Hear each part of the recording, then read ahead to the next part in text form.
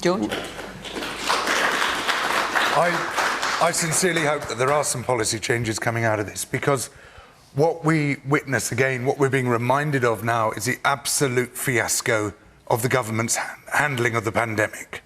Now, we could argue about whether lockdowns were the right way to do it or whether something else was the right way to do it.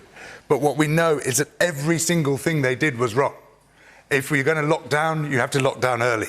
They failed to do that. If you're not going to lock down, you need, like in South Korea and Taiwan, a really, really good test and trace system, which meant that they didn't have to lock down, and they lost hardly anyone in the first year of the pandemic. 7 people in Taiwan died of COVID without any lockdowns because they had a highly effective government which wanted to save lives.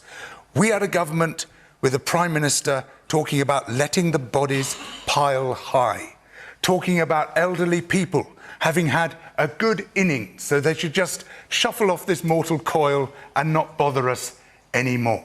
Whichever way you look at it, this was a government of fecklessness which was just off the scale. A shocking, shocking catalogue of failure by people who should never have been in those positions in the first place. They were the worst possible people at the worst possible time. We've got about 3 minutes left.